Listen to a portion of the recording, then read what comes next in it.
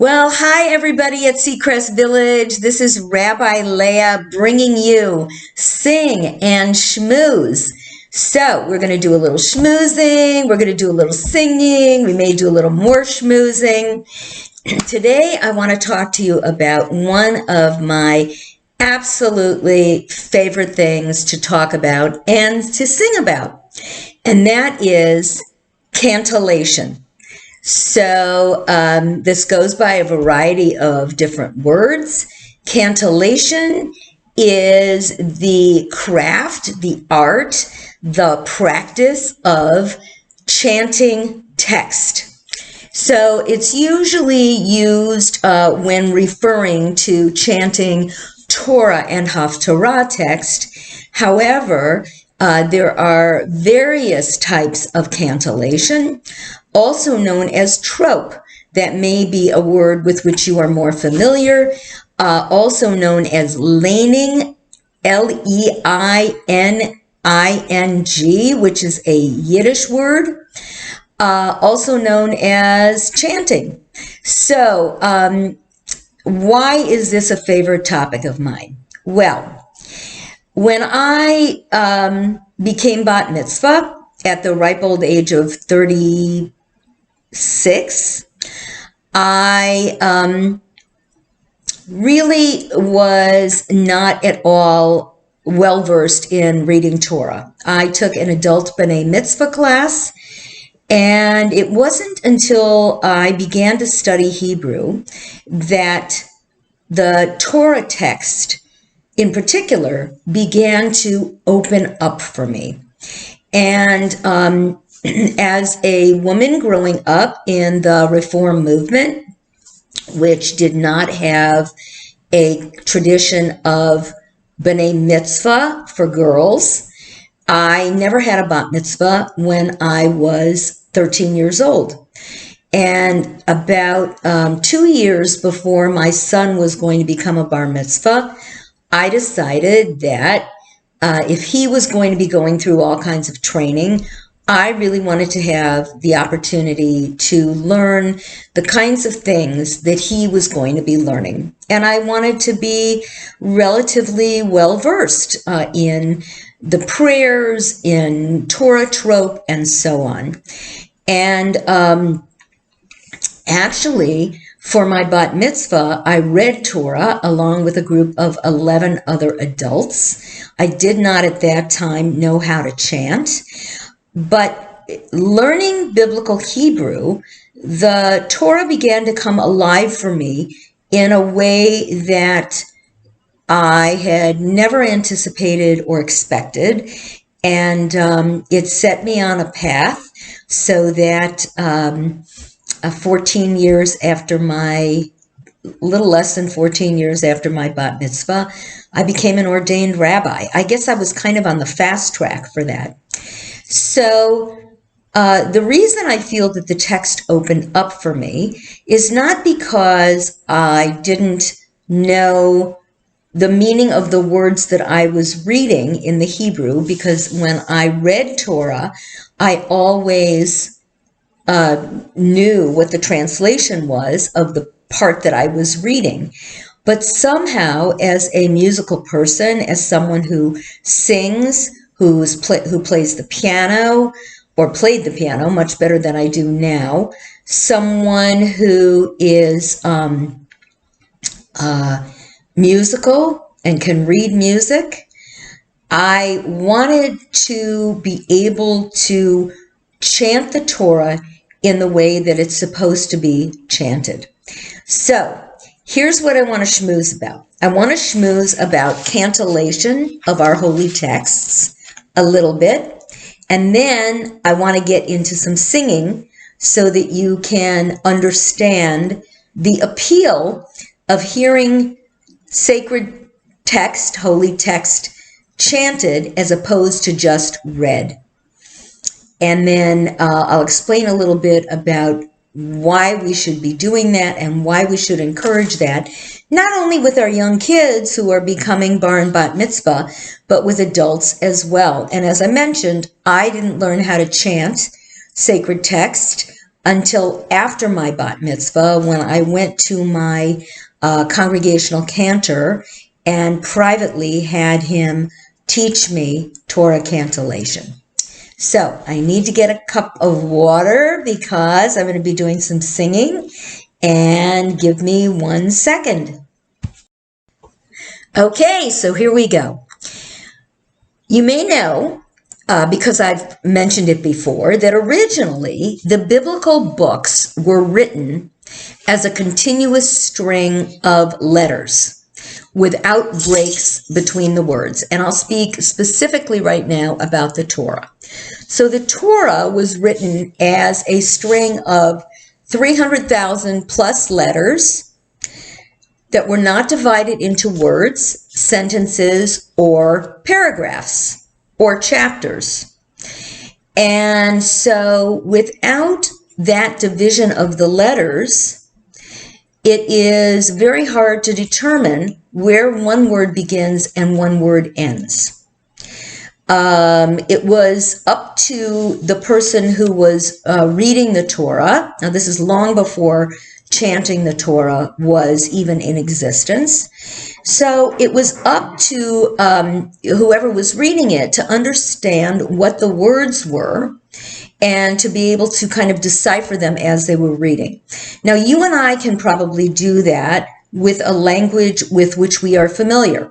So if I were to set out a string of 100 letters, with some work and some effort, you would probably be able to read those words and to decipher it. There might be some that are a little less clear, especially when it comes to the word A, the letter A, or A-N, or O-N, because those are common combinations of letters in words as well. So so obviously just having this string of 300,000 letters led to great confusion in understanding the text. So to ensure the accuracy of the text, there arose a number of scholars known collectively as the Masoretes. And you may have heard the word Masorah. The conservative movement is known as Masorah. And you may have heard of the Masoretes, and you may have heard the term Masoretic text. So the word Masorah simply means tradition. And the Masoretes were scholars and scribes, and they came along in the 6th century of the Common Era and up through about the 10th century. So think about that. We're talking about the years 500 to 900 of the Common Era. So that's a long time ago, yes, 1,500 years ago, and a little bit less to be exact. But in the long period of time of Jewish history, which is according to the year that we're going to celebrate this year on Rosh Hashanah, 5,781 years since the world was created, and over 3,000 years since the Torah was written, it is highly likely that people were reading the Torah incorrectly. So here comes this group known as the Masoretes. And what did they do? They separated the text into words, sentences, and segments. And they used gaps of at least 9 letters or leaving the end of a line blank so that you knew where one sentence ended and another one began, or where one paragraph ended and another paragraph started. In addition, the Masoretes were the ones who added the vowel signs. So when the Torah was originally written, and in its scroll form today, the Torah has no vowels. How do we learn how to read the Torah? We learn how to read the Torah by using other guidelines and instruments, one of which is known as a tikkun. And a tikkun, you may know that word, tikkun means repair. A tikkun is a book in which, when you open it up, and they're usually quite large, Each page has 2 columns on it.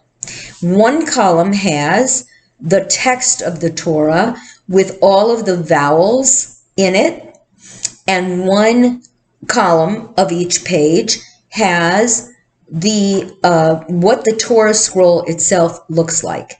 And you would learn how to read the Torah portion by looking at the text with the vowels, and then you would transpose that learning, memorization basically, to the part that does not have the vowels so that you can read the Torah text.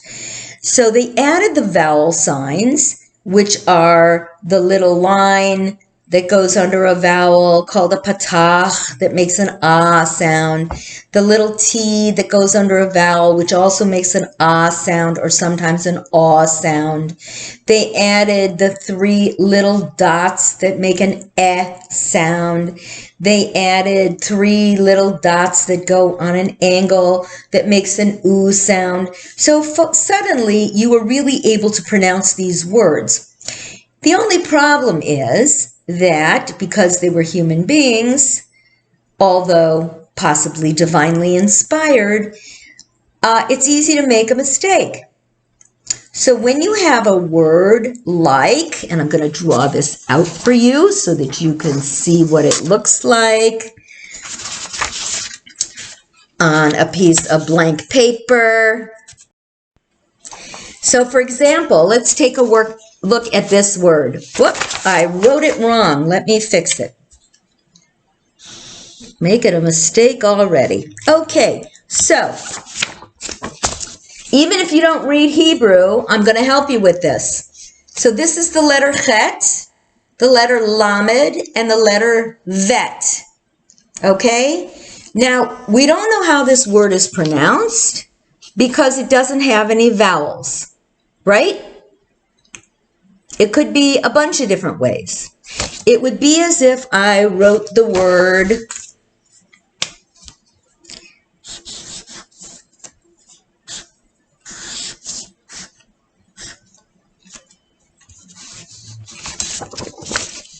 R blank D blank.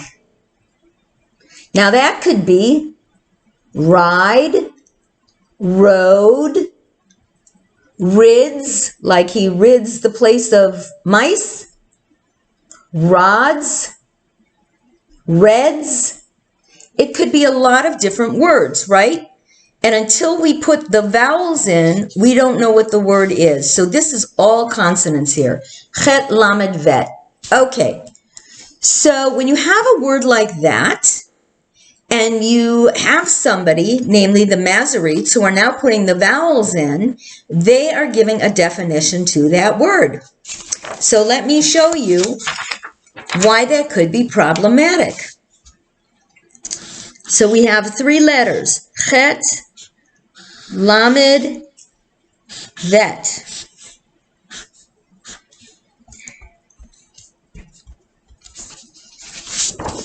If I put 3 little dots under the Chet and the Lamed, it becomes Chelev. However, if I put these 2 vowels under, it becomes Chalav. 2 entirely different words. Just like our example with R blank D blank.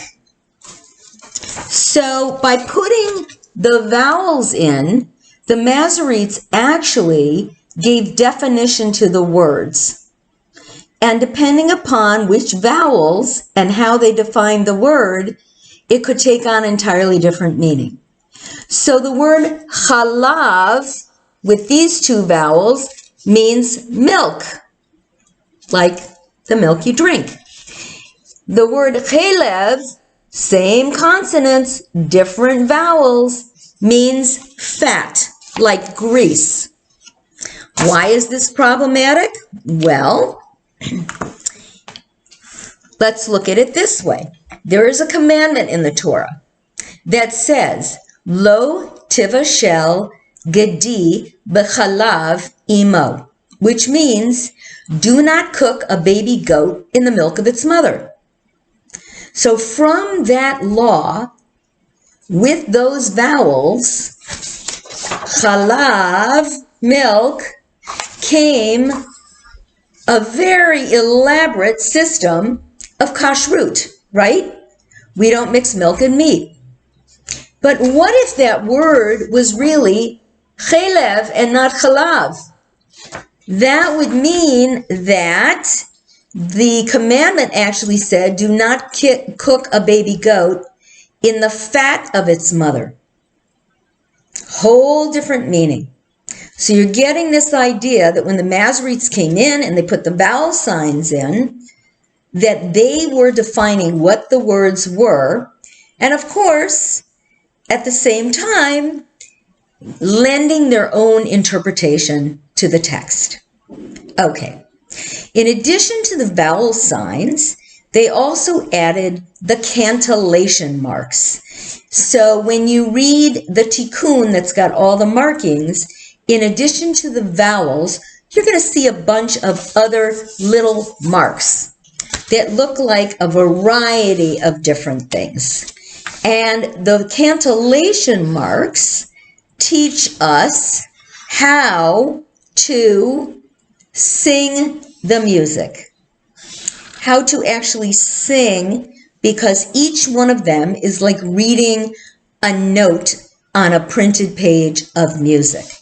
So I'm going to draw a couple of them so that you could see what they look like. And then later I'm going to sing them for you and explain them to you. So you may have seen things under words and over words that look like this. And believe it or not, each of those is a musical notation that tells you how to chant either a word or a syllable that's in the Torah. So we're getting much more significant now with the Torah reading, but much more detailed as well. So they added these vowel signs and they added the Torah cantillation marks, and they served three purposes. The first purpose that the cantillation marks serve is punctuation, because it tells you where the comma is in the verse. It tells you where the period is at the end of the verse, and it tells you where the emphasis is on the verse, on the whole verse. So you know where the beginning is, you know where the comma is, and you know where the period is in a sentence. So we don't have run-on sentences, right? We use punctuation to help us correctly speak a sentence or write a sentence. Secondly, the trope mark, the cantillation mark, teaches us how to pronounce the word, because depending upon where the cantillation mark is on the word, that is the accented syllable. So that's how we know that the word is Shabbat and not Shabbat. That's how we know the word is Vayidaber and not Vayidaber, because whatever cantillation mark is used is going to be over the accented syllable, okay? So that we're not mispronouncing words. So the cantillation mark serves as punctuation, shows us where the accent is on the word, and finally teaches us how to sing the word. So those three purposes, which we'll get back to in a moment. The Masoretes also established cases in which a particular letter is to be written larger or smaller than the rest, and they set out the pattern for the writing of the verses in the text. So when you look at a Torah scroll, it's not just a hodgepodge of words. There is a very systematic way in which and a very clear pattern in which the way the scroll is written. Now, that's not to say that there aren't differences in Torah scrolls in terms of the length of a column, the width of a column, and so on. You may see some Torah scrolls where the parchment is quite long, so you'll have a long column. You'll see other Torah scrolls where the page is quite wide, so you may get 4 or even 5 columns on a page of the parchment. Others where the pages are narrower, so you may only get 3. But every Torah scroll has the identical words written in it, and those words are all written the same way. So when there is a larger letter or a smaller letter or something unusual about a letter, that is copied from text to text to text to text the identical way. So I'm going to give you, for example, a very specific thing that I think all of you know, and that is the Shema. So when we see the Shema in the Torah, it is, and I'm going to write in script, not in print for right now. There is a Shin, a Mem, and an Ayin. And I tried to make this pretty obvious. So the Shin and the Ayin, you can see, are written larger than the Mem in the middle. And that's actually how it appears in the Torah. Shema Yisrael. These larger letters, the Mem, by the way, is a normal size. The Shin and the Ayin are larger. Why are they written larger? And by the way, this is in every Torah scroll that we see.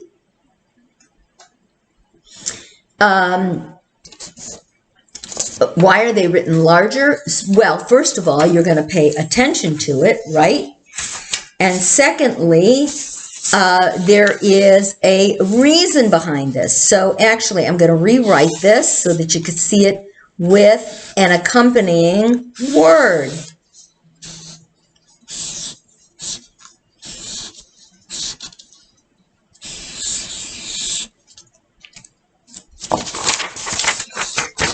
That second word I wrote under here, Aleph Chet Daled, is Echad. Shema Yisrael Adonai Eloheinu Adonai Echad. And you could see here that the Ayin and the Daled, the last letters of Shema and Echad, are written larger. And that is in every Torah scroll. And in fact, even in a lot of prayer books, when you read Shema, you will see that they write it in the way in which it's written in the Torah. And why do we have the last letter of the Shema and the last letter of Echad written larger as majuscules, which means larger letters? Well, because Ayin and Daled form a word. And the word that they form is the word aid. Aid means a witness. Aid means witness. So it is a way of saying that when we say the Shema, we are witnessing to God's oneness. We are witnessing to God's uniqueness. We are witnessing to the fact that we are being told, wake up and listen. Hear, O Israel. Israel meaning the people Israel. Adonai Eloheinu, God is our God, God is one. So we are witnessing to that. So throughout the Torah, you will see these larger letters and smaller letters, which were determined, again, by the Masoretes. And so we have human beings who are writing Torah scrolls, dividing up the words, adding the vowels, adding the cantillation marks, and determining where there's going to be a bigger letter and a smaller letter. That is a lot of power in the hands of these scribes, because essentially they are determining how this very sacred text is going to be read and chanted. not just for their own time, but for all time. So it's a very interesting process to think about because they put their own imprint on the text, literally, their own interpretation into the text, literally, not figuratively. And so we have a system of vowels and music that have been around with us for many centuries, which we still use today with a number of variations, which I'm going to talk about. Originally, there were two different systems of vowels. Some of the vowels above the letters, and that was the Babylonian system, and then some of the vowels below the letters, and that was the Tiberian system, because we had two different schools of scribes, all Masoretes who were working on this, but eventually the Tiberian system, the one of having the vowels below, was seen as more, that was the one that was used universally. Even today, though, we do have a vowel that goes, a vowel now. Now, I'm not talking about a trope mark, but a vowel that does go over a letter. And that is what it looks like. Sometimes you'll see it without the vav and just a dot, like that. And that is the vowel O. So when we write Hebrew without consonants, we use just the dot. This would tell you that it is an O and not vo. I hope you're following me so far. Okay. The work of the Masoretes is printed in the various Hebrew editions of the biblical books, so that when we are reading these various biblical books, whether we're reading Torah or Jeremiah or the book of Ruth or the book of Esther or Chronicles, we have a guide to pronunciation. Now, I'm talking about the vowels here. I'm not getting into how we sing the words yet, okay? The accepted text of the Bible, I'm not just talking about the Torah, I'm talking about the entire Bible, was determined by Aharon ben Asher around the year 930 of the Common Era. And he was one of the Masoretes from the Tiberian school, and that was the accepted text. So the text that we use today of the Bible, not just the Torah, but the entire Hebrew Bible, the Tanakh, was set down by Aharon ben Asher in 930 of the Common Era. Now, 930 of the Common Era, this is now the year 2020, that was 1100 years ago. So again, we've been using this same text, this same approved text of the Bible for about 1100 years. And given that parts of the Bible are significantly older than 1100 years, we can venture to guess that perhaps there have been some differences in that time. So, Torah is traditionally read on Mondays, Thursdays, Saturdays, new moons, which I talked about yesterday in Chai there with Rabbi Leah, and the high holy days. And then we have 5 Megillot, 5 scrolls. Now, you may only be familiar with Megillat Esther, the Megillah of Esther, but there are 5 scrolls, one of which we're going to be reading next week during Tisha B'Av, and that is Lamentations. So we have Lamentations, known as Echa. We have Megillat Esther, known as Esther. Megillat Ruth, known as Ruth. we have Megillat Shir HaShirim, the Song of Songs. And finally, we have Megillat Kohelet, which is Ecclesiastes. And each of these 5 Megillot, these 5 scrolls, are read on a different festival. So we know that Ruth is read at Shavuot. We know that Esther is read at Purim. Echa, Lamentations, is read at Tisha B'Av next week. Kohelet, Ecclesiastes, is read at Sukkot. And Shir HaShirim, the Song of Songs, is read at Pesach. So each of these festivals and celebrations and observances has a different scroll. Torah is read on Mondays and Thursdays because those were market days.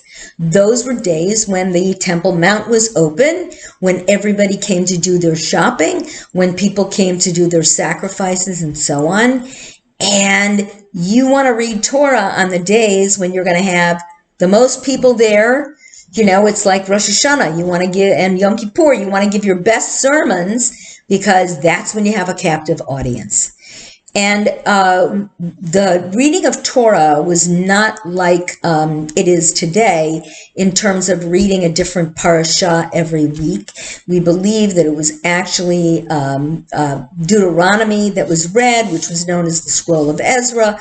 And so that Torah reading has become different. So on Mondays, Thursdays, which were market days, Saturdays, which were Shabbats, and by the way, it's customary to read Torah not only on Saturday morning, but also on Saturday afternoon. And when you get to Saturday afternoon, you're already reading the next week's Torah portion because it is the next day. The art of chanting, the art of actually singing the Torah, or singing different parts of the Bible, is very, very old, and it may go back to Second Temple times, which is, around the 5th to 6th century before the Common Era. There are many different melodic patterns that are used by different Jewish communities throughout the world, and these have continued to change over time. As I mentioned to you, one of the Yiddish words for chanting is laning. And you may have heard that, he's going to lane Torah on Shabbos, meaning he's going to chant Torah on Shabbos. One of my friends, Rabbi Paul Jacobson, wrote his rabbinic thesis called Lane Changes. That was the title of his thesis, and it was about the changes that we have seen in Torah cantillation over the many, many generations. But it's a very old pattern of chanting, and some of the cantillation is lost to us. And there is an irony here. We know that the Psalms were sung. I kind of think about the Levites in the temple in Jerusalem like the 7 dwarves in Snow White. They, instead of whistling while they worked, they chanted psalms while they worked. And they did this antiphonally, which means that one group would chant a verse and then the other group would come back with the next verse, and this would go back and forth. Or maybe they would do this from in 3 or 4 different places. The Temple Mount was a very, very large area. And so they would sing and answer and sing and answer. And so the music would be coming from various places. Sadly, we no longer know what the cantillation sounded like for psalms. So the actual poetry that's in the Torah, which the book of Psalms is lost to us.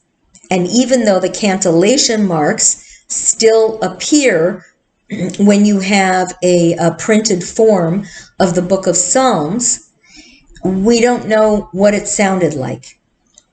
We know the cantillation is there to give us the accents on the syllables and to give us the punctuation, but no longer to give us the musicality of the words.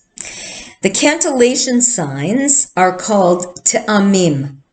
Ta'amim hamikra, the accents for reading. Mikra means to call out or to read. So the person who chants the Torah is called the Ba'aleh or the Ba'alat Kriya, the master or the mistress of the reading of the Torah. And the Ta'amim are the accents, and they serve the three purposes that I mentioned to you. They were first transmitted orally, as was everything, and then they were codified, meaning written down in various systems. So these signs are never copied, as I mentioned, into a scroll itself.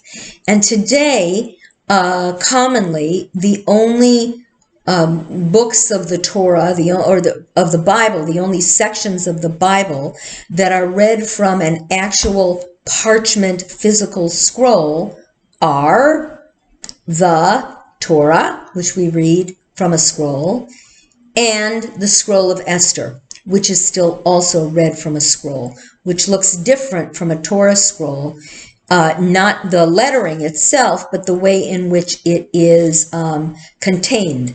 Because rather than being in a scroll on two spindles, which both an Ashkenazi scroll and a Sephardic scroll are kept, the scroll of Esther is on one piece of parchment that is a very long piece of parchment, and one container into which the scroll is rolled as it is read. So you start with it out, and then as you read it, you roll it back in, until the whole thing is in this beautiful container, and usually they're quite ornate. As I mentioned, we use what's known as a tikkun lekorim, a tikkun, which means a repair of reading, which contains the text, all the cantillation marks, and it's used to learn the proper rendering of the text. And then we go to the side of the tikkun that shows us what the Torah actually looks like to further enhance our learning. Originally, and this is a very interesting thing, there was a prompter who would stand in front of or next to the person chanting the Torah, and they would use a system of hand signals which would indicate these various accents to the reader. So nowadays we use a gabbai. We have somebody standing by with a tikkun who knows how to chant the Torah, and they will call out the corrections to the Baal Kriya or the Baalat Kriya, the person who is reading the Torah, so that they are doing it correctly. And the Talmud tells us it is more important to correct the person who's doing the reading or the chanting, because the congregation needs to hear it done properly. You cannot do it improperly, because that is a shanda. So it's okay to correct the person that's reading it. And if you ever go to an Orthodox shul and you hear the Torah being chanted, so many people know how to chant the Torah that you will hear the men sitting in the congregation correcting the person who's chanting the Torah if they do something wrong. There are 29 accents, most of them written above and some of them below the words. And these accents, as I said, serve to separate words or to link certain words together. And I'm going to show you how that works. These signs are universally accepted by all Jews, but the musical interpretation can be very different from one community to another. And I'm sure you've had that experience where you will be in your own synagogue where you're hearing Torah being chanted, and then perhaps you'll go to a different synagogue and they're also chanting Torah, but the musicality sounds a little bit different. So there are 8 main musical traditions. They are the Southern Arab Peninsula, the Middle East, the Near East, North Africa, Italy, the Sephardic tradition, and then the Portuguese communities of Europe, Western Europe Ashkenazim, and Eastern Europe Ashkenazim. So, depending upon where you are worshiping, you may hear a different musical notation. However, the purpose that the trope marks have is similar in that a trope mark that serves as a comma or a period may be sung differently, but it will still come somewhere in the middle of the word or somewhere at the end of the sentence. So that is something similar. The marks look the same. They may be sung differently. And you would think that somebody in Italy might have a different musical interpretation than somebody in Yemen, or somebody in Spain, or somebody in Germany, or Russia, or China, or Peru. And so we get these very different musical notations. Okay. In addition to the different cantillation, the different singing for the Torah, within the tradition, there are 6 different musical systems. The Torah is one and only one. And by the way, when the Torah is chanted on the high holy days, it's a different system altogether, so that's 2. The prophets are chanted in a different way. That's 3. And usually the Haftarah is somewhere from the prophets, so that sounds different. So, and I'm going to give you examples of that. The book of Esther on Purim is a 4th entirely different system. Okay? Song of Songs is a different system. And Song of Songs, Ruth, and Ecclesiastes are all chanted the same. So we have the Torah, High Holy Day trope, the prophets, which is mostly Haftarah. We have the book of Esther, which is chanted differently. Then we have Song of Songs, Ruth, and Ecclesiastes, which make up the 5th system, because those are all sung the same. And then finally, Echa, Lamentations. So when you learn how to chant, you are not just learning Torah trope. You are also learning Haftarah trope. You are also learning the book of Esther. You are also learning High Holiday trope. You are also learning Song of Songs, Ruth, and Ecclesiastes, a 5th one. And you're also learning Echa, Lamentations, a 6th one. So this is one of the reasons that cantorial school is 5 years long. One of maybe a minor reason, because the people who become cantors, who generally chant these different texts, are more than just chanters of text. They are full clergy partners who do just about everything that rabbis do and have all this musical knowledge. But as a rabbi serving communities where there is no full-time cantor, which is something I've done for the last many years, I found it necessary to learn some of these skills and wanted to learn some of these skills. So that's enough of the schmoozing part of this. Now we're going to sing.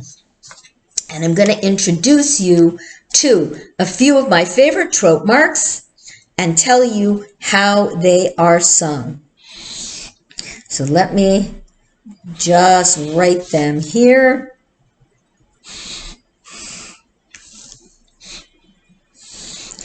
And you don't have to remember the names of them, but You may have seen these 4 trope marks written under Hebrew words. That's one, that's one, that's one, and that's one. And would you believe that all 4 of them are sung, usually as a phrase? Sometimes you just get these last 3. Sometimes you'll get this one and this one. But if they're going to be in a phrase that has an ending, this will always be there, and I'll tell you why in just a moment. This first one is called a mercha. Mercha. I'm going to write that down for you. M-E-R-C-H-A. Mercha. The next one is called a tipcha. Tipcha. Tipcha, T-I-P-C-H-A. Not in the Hebrew, but in transliteration. The third one is called a munach. Munach. Munach. And the fourth one is called an etnachta.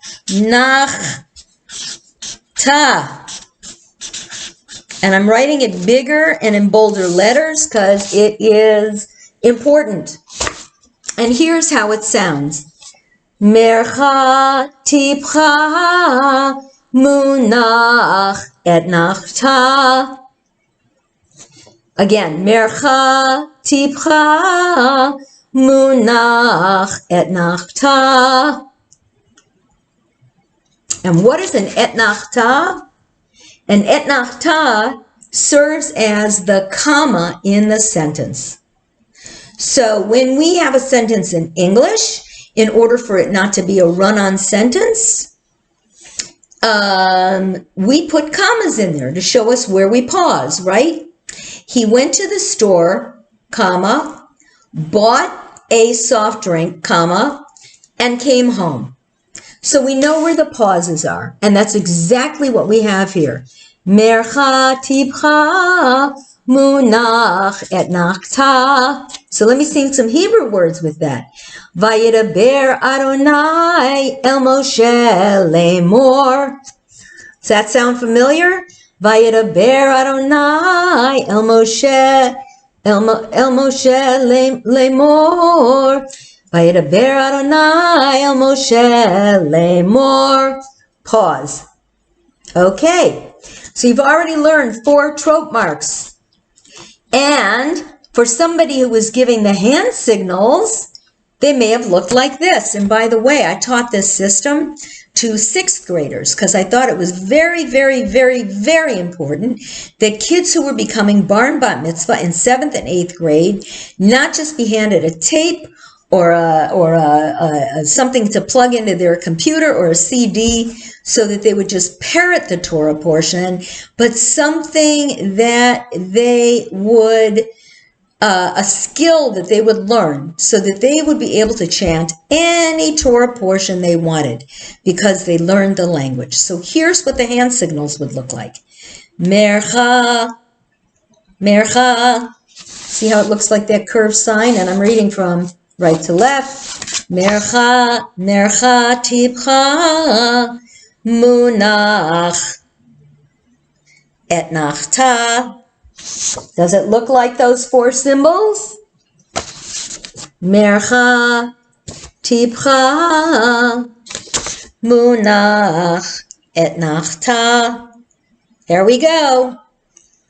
4 different trope marks. Now let's go on. I've got 11 minutes and so much to teach.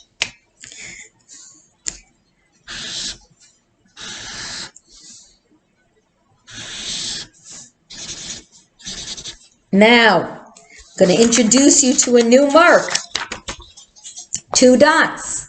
2 dots. That in Hebrew writing is a period.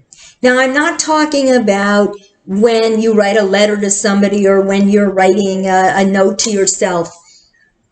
In modern Hebrew, you would use a regular period, okay? But in Torah text and in sacred scrolls, sacred text, 2 dots is a period. So when you see this at the end of a stream of trope marks, it means that the sentence is over or the paragraph is over. So we have this upside down wishbone, the etnachta, that tells us where the comma is, and then we have the 2 dots. Now I'm going to let you in on a little secret. The next time you're reading out of a Jewish prayer book, a Siddur, and you see these 2 dots as opposed to just a period at the end of a sentence, that is a dead giveaway that what you are reading actually comes from the Tanakh, the Bible. It's not written by a human being. It's actually part of one of the sacred texts, whether it is from Isaiah or Song of Songs or Job or Jonah or Deuteronomy. You will see these 2 dots after that verse, indicating to you that it is actually from a sacred text and not just something that was written by a human being. Okay? So again, we have Mercha, Tivcha, Mercha, Sof Pasuk. So I'm going to write that down. These 2 dots are called a Sof Pasuk. 2 Hebrew words that everybody should be familiar with. The first word, Sof, which means ending. Pasuk, meaning a sentence or a verse or a paragraph.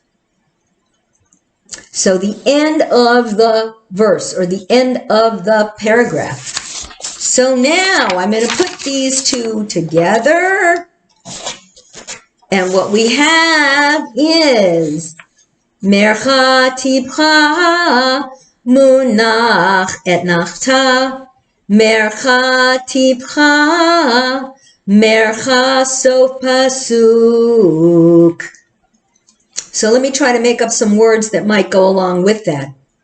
Vayedaber Adonai El Moshe Lemor Daber El Bnei Yisrael Ben Adam. Okay, I made that up. Vayedaber Adonai El Moshe Lemor Daber Aharon Va'amarta Alehem. Then God said to Moses, speak this way and speak to Aaron, saying the following. Get how that works? So now we know in a verse of Torah, not only how to sing the word, but we now know the punctuation of the word, and we also know where the end of a sentence is, where the comma is, and where the accent is on the word. So for a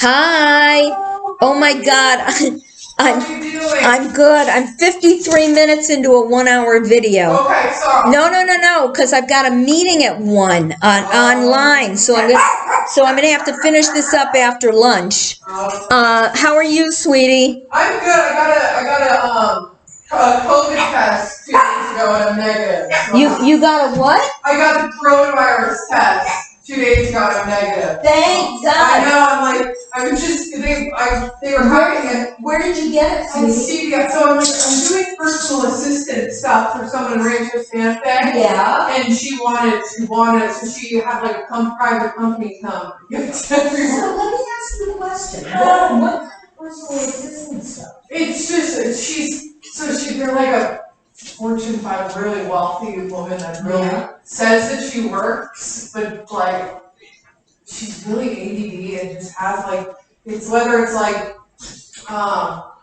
she's redoing their house in Houston and taking measurement stuff down, or calling to get the pool person repaired, or emailing this person, or taking care of her dog, because she flies here in Rancho for like 3 months out of the year with like her five dogs. I never get to see how many people. So listen, I've got a question for you. Yes. Um, I don't have an answer. yes, there's a better, and it's good hiking. Yeah, and it's There, close it's to not down. far from downtown, we drive our dogs in the bedroom as well, I'm westbound.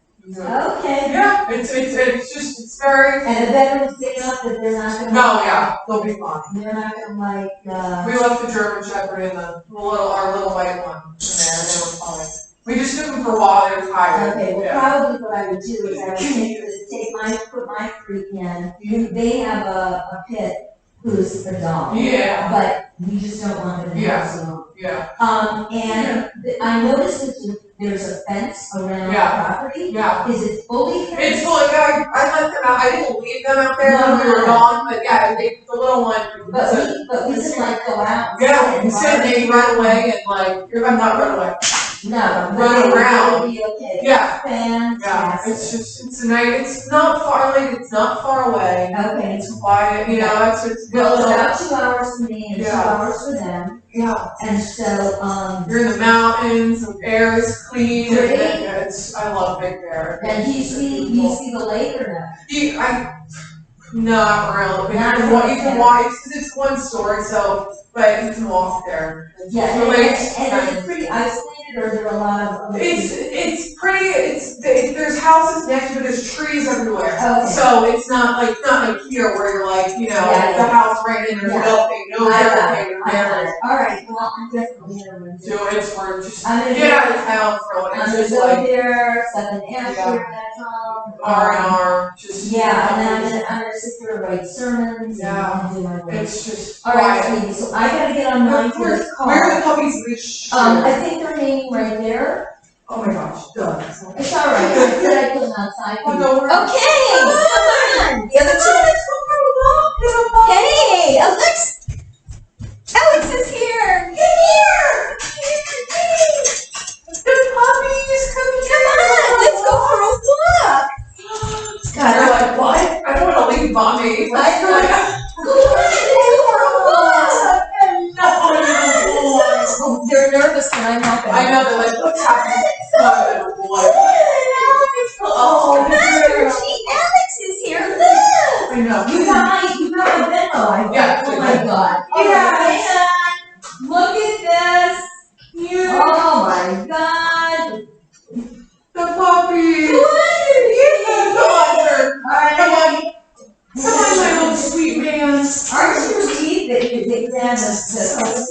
Oh, I of course, they have it, but the asymptomatic thing freaked me, so I was like, it's very, it's just peace of mind. Well, listen, if I can think of any little errands or something, I can't get them. All right. If I can think of any little errands, I will definitely let you Totally. know. I'm well versed in that. Yeah. All right, I gotta get online. Okay, no problem. So when you come back, I may still be online. Okay. Okay? I'll keep it. All right, sweetie, so. Bye, it was good to see you. You too. Feel better. Yeah, oh my God, I'm telling you. Change. One thing after another, it's just crazy. No. Okay, where is my Zoom call? Oh God, I can't wait to get off this Zoom. I know. This- all this flipping technology. It's everything is technology. I mean, I'm tied to my computer so that I can do these damn videos I know. It's just like, ugh. and webinars. I just can't get away from it. It's horrible. I had your glued to your computer. Terrible. Come on, let's go for a walk, sweet. Yes, come on. Come on, good man. Come on, what a good man. And walk in their door. Somebody comes out and takes your temperature. And then they have their seats alternating, so some you can sit, some you can't. Then when they call you in the back, you have to wash your hands and gargle this stuff in your mouth for 30 seconds. And they're all wearing just so many layers of protective equipment. And then they're they're charging $10 a visit for protective equipment. Where is this? Yes. Where is I this? didn't know that. Liz, where are you talking about? My dentist. Oh my God. And so then I was there for a cleaning several weeks ago when things were a little looser, and then that's when they found the cracked tooth. So I commented and I said, you know, we don't charge for the PPE. And he said, the thing said, there's a code for it. There's a charge code for it. Yeah, I'll it's let like, my flex spending pay for it. They did not charge me today, but they charged $10 when I went for the cleaning and $10 the first time I went for the thing. See, I need to go more often because you can see where they gave me the Novocaine over here. This wrinkle shows up less. no, you, Botox. yeah, just go for Botox. No, it's something on the inside, but I have TMJ and I was asking him about Now we have TMI. now, I can say it, but he said they give Botox. They give Botox for TMJ. Wow. So maybe if my insurance will pay for it. I mean, it's going to be here and not here, but. They give Botox for migraine headaches too. No. How's everybody doing? Good? I bet you didn't know I was 85. I do know that. I don't know that story. No, I'm just saying. No, she's not 85. Come on. All right, well, let's get started. I want to get through quick. The first thing I wanted to tell you guys is you probably got an email from me this morning about taping for our quarterly employee meeting. So we can't get together for an employee meeting. So Heidi and I talked about doing a Zoom tape. So I'm giving you all 5 days to just write out something that you want to talk about. I mean, people want to hear from us. We'll tape it. We'll send them the link. They can watch, anytime. But any information you want to say, and I just think it'd be a really good time for us to connect with the whole company. So write down a few things. We can go through a little rehearsal, but Friday at 10:30, we're going to get on a Zoom just like this. I'll be the game show host. I'll call everybody up, and we'll go through it. We can, if you have something you want to share on the screen, send it to me beforehand, and I can share it if you have any kind of visual that you want to put up. But just checking in, and I want everybody to thank everybody personally for all the work they're doing. So that's what we're going to do, and I'm going to record it. I'll put it on YouTube, and I'll do it as what they call an unlisted. So it won't be, the whole world won't be able to find it, but if you have a link, which all of our employees will, you'll be able to see it. So obviously we're not going to be talking about anything confidential, because this will be on the internet. It will, I mean, if an employee forwards it to somebody, so obviously nothing about any residents or any other, employees or COVID positives or anything like that. We're going to be talking about it, but just an update on your department, how everything's going, and like we used to do in the synagogue. It'll be kind of like we used to do in the synagogue. So Rabbi's very familiar with that, is what it used to be like. Yeah. So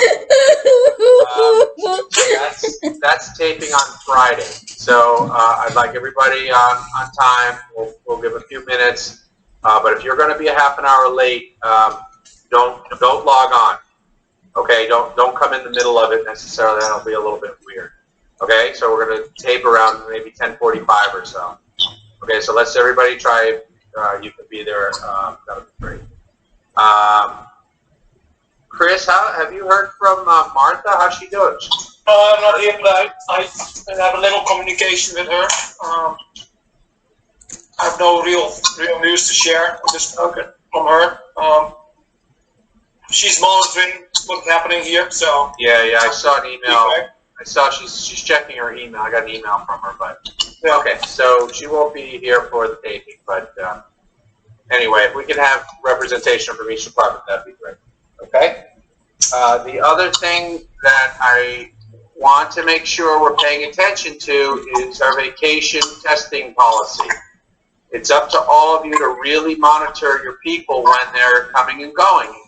it's not that hard. I mean, if somebody says they can't work any day, you got to ask the questions of, you know, it's great that people are taking vacations, but we really need to stick. We have a policy on vacation now where we can't just, you know, we've had, so far I've had 2 people, and they were both under,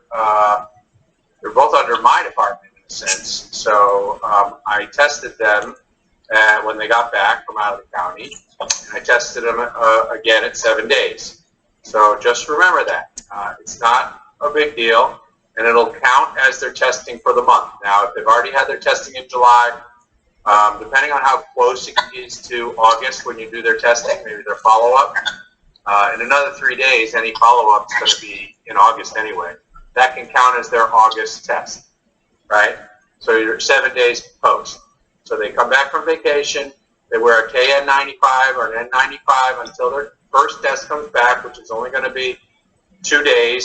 Like if someone came back on a Monday, they'd wear that mask on Monday and Tuesday. By Tuesday night, they'll probably have the negative, and then they can do the rest of the week in a regular mask. But of course, they have to be covered at all times.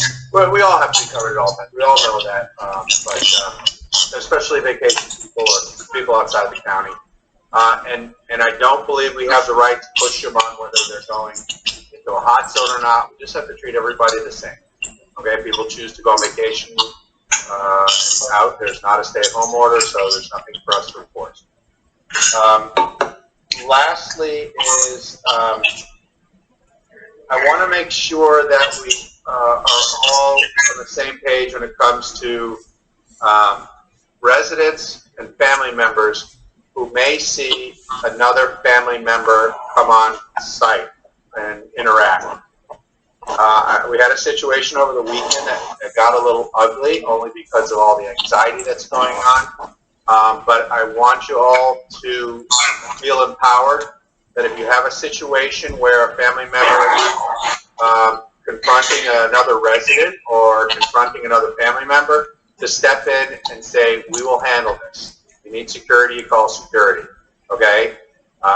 So I had a conversation with the particular person who was basically trying to be the police here on campus and had no idea what they were talking about, didn't understand why this family member might be on, and this family member was proved to be on. We have an approved amount of people that come on for care, some type of caregiving need.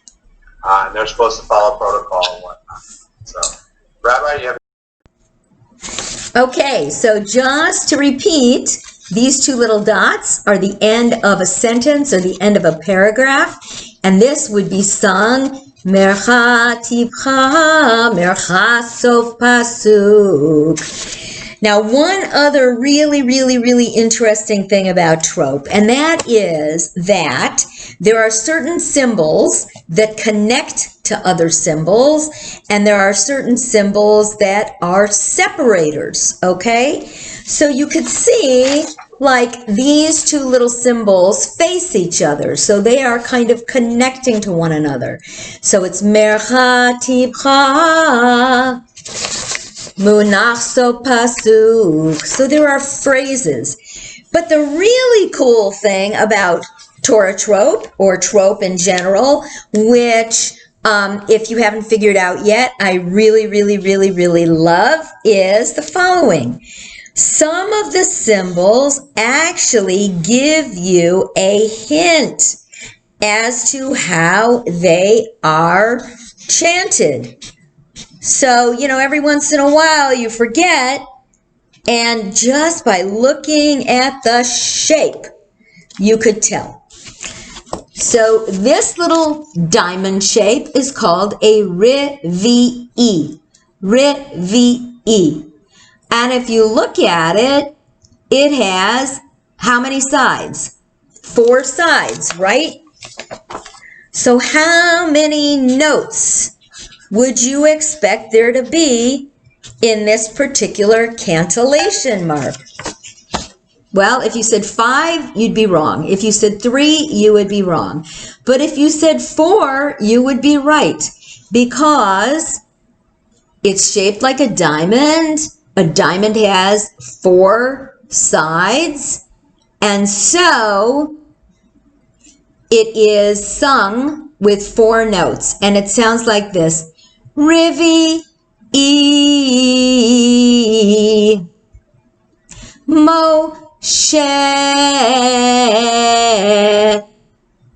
So if you forgot what a particular symbol looked like, or what it sounded like, you might be able to just look at the shape of it and figure it out.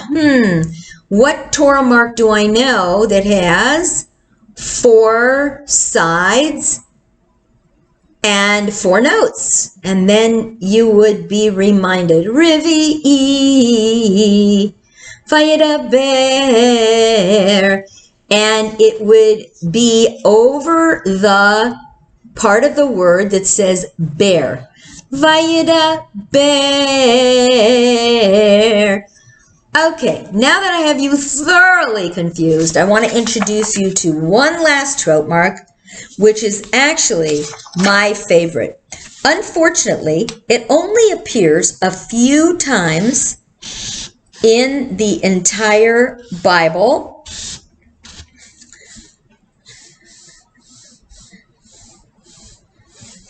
Okay, and I have to write it the right way. And that's it. I think it appears 13 times in the entire Hebrew Bible, if I'm not mistaken. This is called a shalshelet. Shalshelet. And the word shalshelet,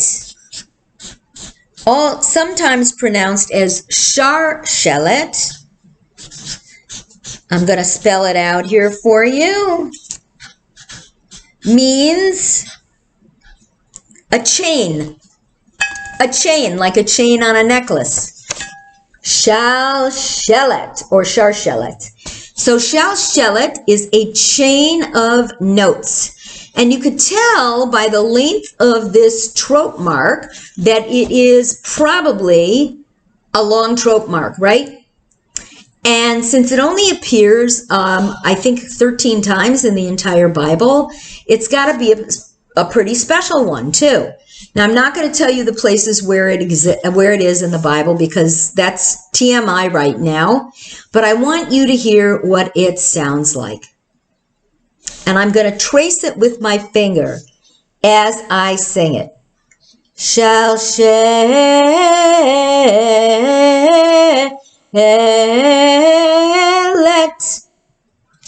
Okay? Shalshelet.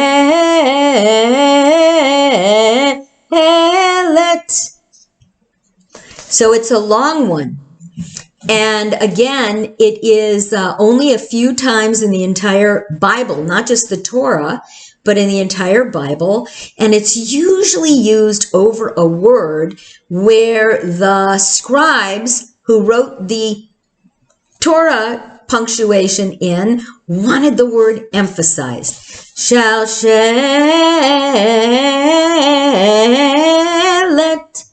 Okay, or shalshelet.